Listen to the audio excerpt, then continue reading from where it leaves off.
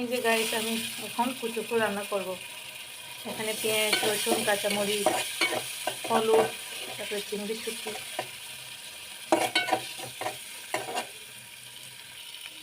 এখন দিয়ে দেব এই যে সিদ্ধ করে রাখা কুচুকু।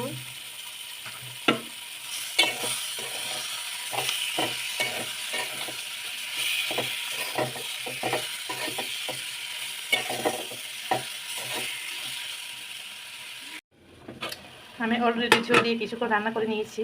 এই যে একদম শুকনা শুকনা করবো। আমি এখানে মানে সরি টক হিসেবে দেবো হচ্ছে লেবু।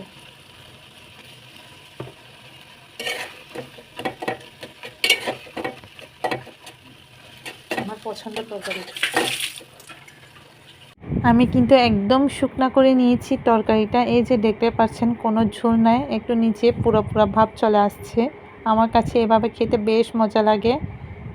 যখন এই তরকারিটা করছিলাম তখন আমার হাত চুলকাচ্ছে, ভেবেছিলাম হয়তো রান্না করার পরে চুলকাবে, কিন্তু গাইস সত্যি কথা বলতে এত ইয়ামি হয়েছে কি চুলকাবে, আর কোনোভাবে চুলকায় না, কারণ আমি এখানে টক হিসেবে দিয়েছি লেবু। যে কোনো তরকারি নাকি অল্প হলে খেতে বেশ মজা হয়।